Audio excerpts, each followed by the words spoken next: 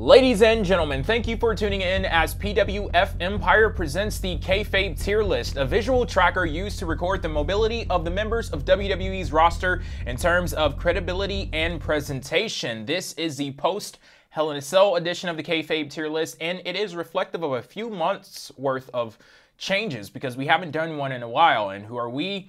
Jay here along with the creator of the Kayfabe Tier List, Steven.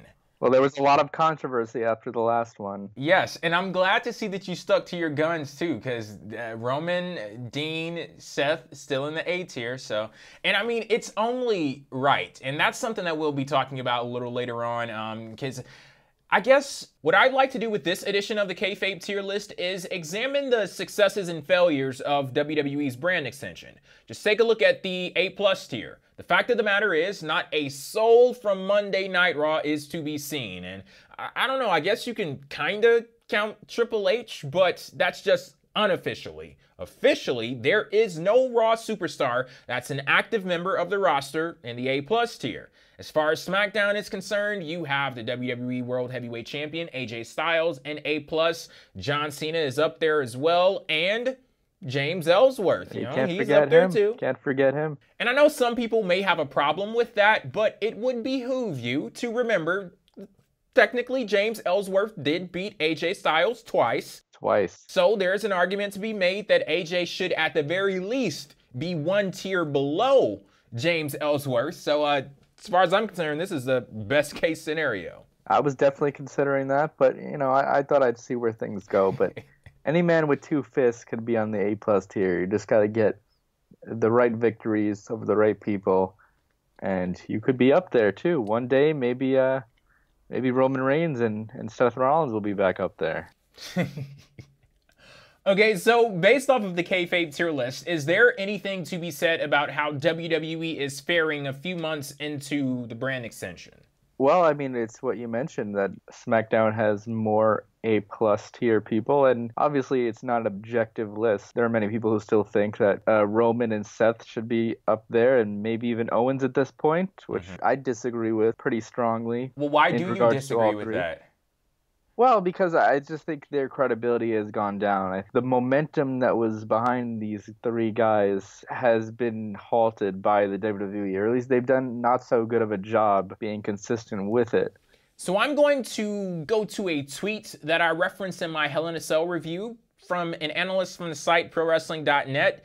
He says, and I quote, "Raw seems to be thoroughly unintelligently written with no real storyline structure or payoff." And that's something that we're going to continue to see, or shit, whoever is watching Monday Night Raw, you're going to continue to see the negative effects of that on a weekly basis from top to bottom as far as the product is concerned. And that includes the titles, the feuds, and the character development, or shit, lack thereof, of the superstars on Raw versus the ones that we have over on SmackDown.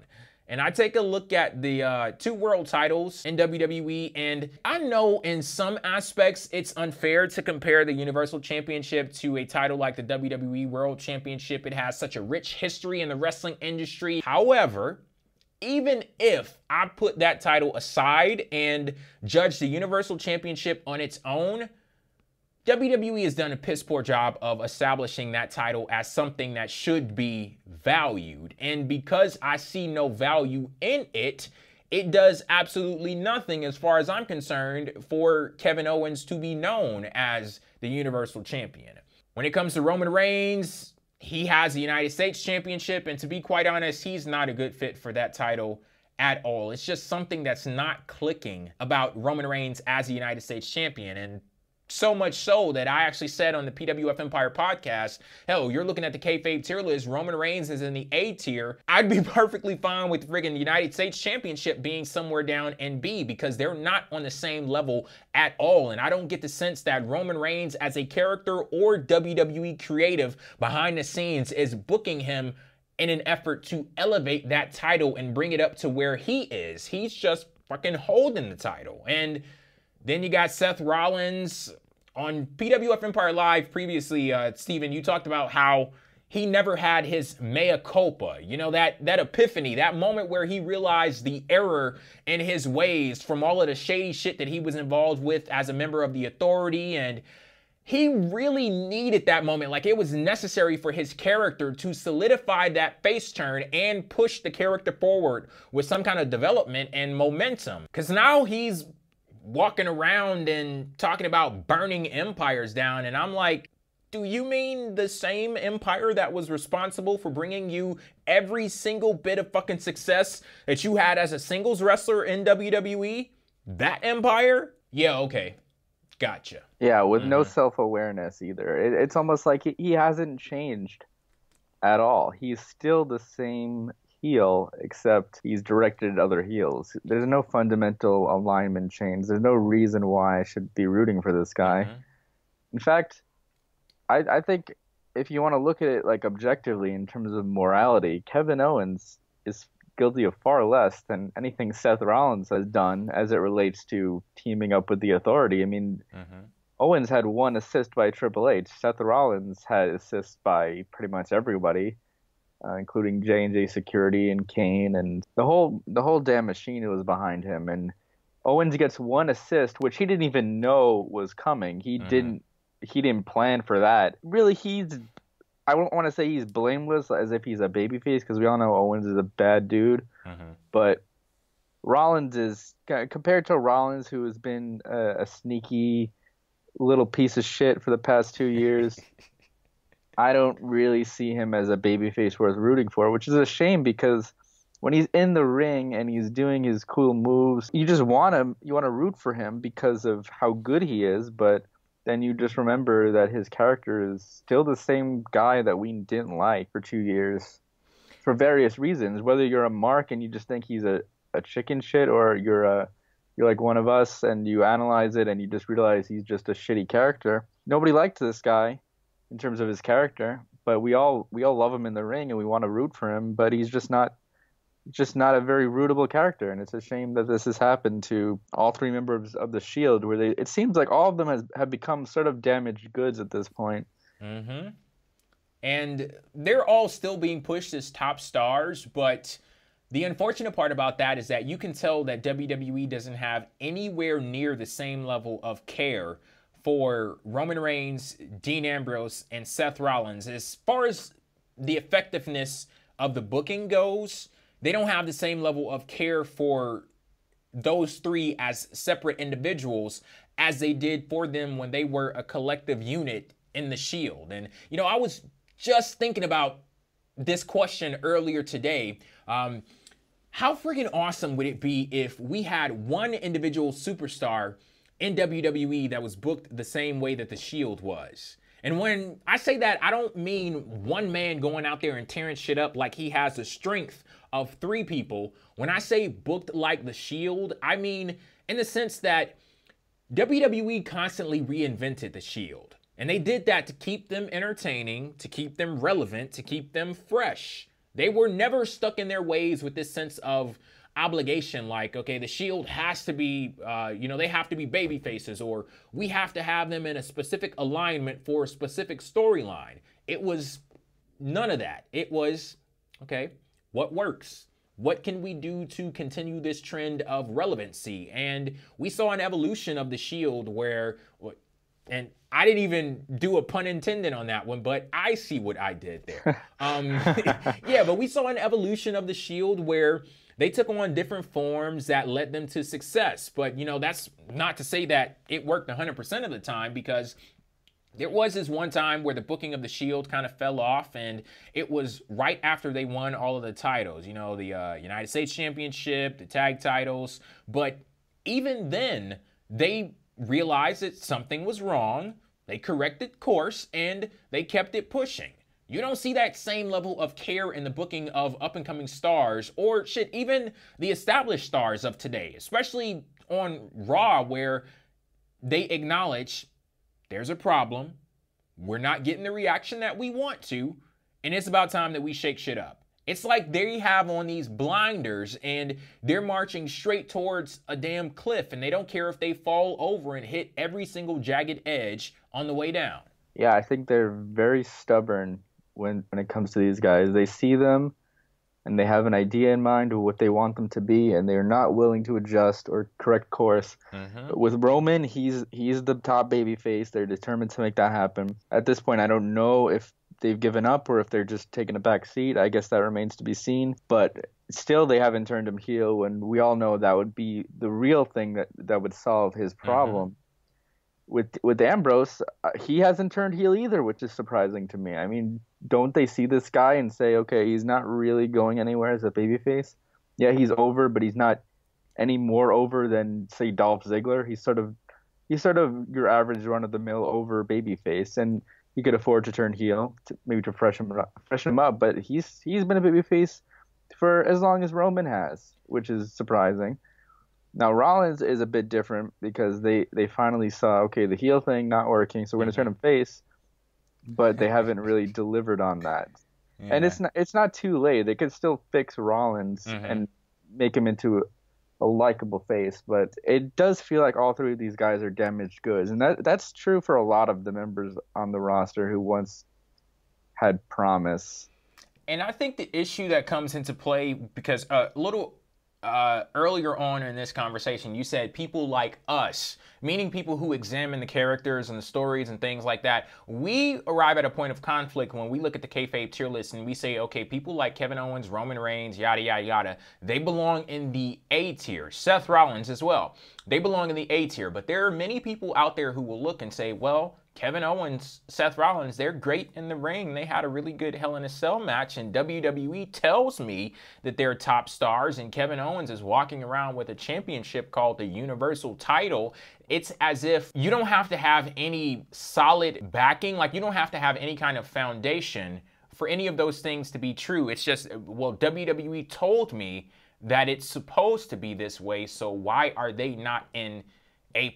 But when it comes to people like us, we like to examine the story and see the effect of what it is that they're attempting to tell us. And if we don't see that connection, then I can't really sign off on that. And me being a big fan of Kevin Owens, Roman Reigns, and many people, I can't sign off on them being in A+, because they're just not there quite yet. And I don't know how they're going to get there.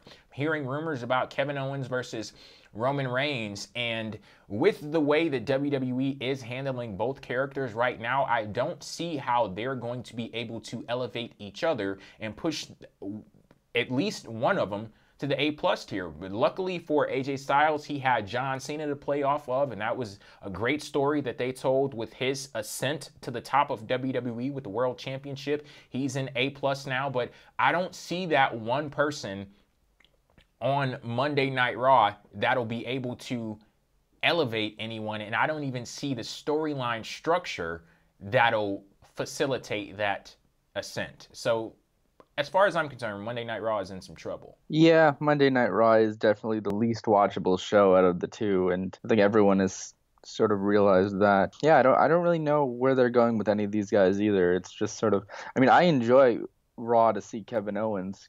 I think Kevin Owens is probably my favorite right now because I've sort of ditched Ambrose because it doesn't look like anything is changing. So if once he turns heel, I promise you Ambrose will be awesome. I just don't think, at this point, I'm just going to stop waiting for it because I don't know when the hell it's going to happen. I thought it would happen with this James Ellsworth stuff, but, you know, he just helps Ambrose and everything's fine again. So, yeah, so I like Owens a lot. I think Owens is really great. I've been enjoying his stuff, but he's not had a good opponent to play off of. Now, I really did think him and Rollins had something special in terms of potential, but I don't see it anymore. And I don't think Roman is going to bring out that potential because we all know that Roman's just going to be booed and Owens is going to be cheered. And this is not what we want when Owens is, as Donald Trump says, a bad hombre. We don't want you to cheer this bastard Kevin Owens. The one thing that does give me hope is Finn Balor, who I'm not too big of a fan of. He's not really my kind of guy, but I still see the value in him. And so far, he's not damaged goods. And I think a program between him and Owens, if they could hold out long enough, could be pretty decent. And I think Balor is set to return sooner than maybe people expected. So maybe that could change things around. But I don't know what is it going to take to bring Raw up at this point. I guess that's something to look forward to. One more note for the Kayfabe tier list. I see the Miz with those commoners and B+, and it's just something wrong about that. Well, I mean, he did lose to Dolph Ziggler. See, now, I don't know. Maybe create like an A- and bump both of them up. If it's a situation where it's like, as goes the Miz, so goes Dolph Ziggler, then shit, I guess. Well, are you making a joke or are you saying that you legitimately think Miz should be higher? Because I can't tell. Legitimately, I think Miz should be higher. Because I agree with you, Miz is pretty cool, but I don't see in kayfabe how he's really on a different level than B+. I guess I would understand that. That's just me, trying to incorporate my bias. Sometimes it works, like with Dean Ambrose, and then I guess sometimes it doesn't. But hey, win some, you lose some. The Miz is really good, and I wouldn't mind seeing him get another main event push. I really wouldn't. He's pretty damn great at this point. Alrighty. Anything else? If anyone's wondering why Goldberg isn't on here, I guess maybe he should be. I don't know. I put Sting on. Well, he was on the list, but he tripped and fell off. Is that a joke? Did he trip on Monday? Did I miss that? Yeah, he did. Did he? They edited the trip out of the clip on YouTube, but on live TV, he did. Oh. Okay. Well, no, that's all I have to say about it. Alrighty, that's it for this edition of the Kayfabe Tier List. Thank you all for tuning in. And something that we were discussing before we went on air to start recording, Steven is thinking about splitting up the lists for Raw and SmackDown, so creating separate lists for the two brands. Would you guys think that's a good idea or not? And whatever decision you go with, let us know why. Where are you currently standing on splitting up the list? Well, I'm of two minds of it. One is like it's really crowded on these lists, especially in the B and C tiers, at least right now, but it's usually that way. Yeah. So it's just hard to look at in a certain sense. And in another sense, it's just like there are two different shows at this point, and they are two different ladders of success, really. But on the other hand, I do want the ability to compare Raw and SmackDown. See, that's the big thing for me. Like, I really like being like exactly what we did tonight, being able to compare. Yeah, I like being able to compare, and I don't want it being a different thing where it's like an inflation effect where like Raw's A is like worse than SmackDown's A. Yeah, yeah. But I think a compromise could be that the tiers are equal, but maybe just visually you could separate them into two different lists. I would go with that. That could be a solution. As long as the grades still mean the same for both, I could go with that. Yeah, so I guess we'll see what people think, and maybe we'll experiment. But I doubt that I will split them up into two separate lists, but maybe visually we could do that. Okay. Well, thank you all for tuning in, and we will catch you next time. Peace.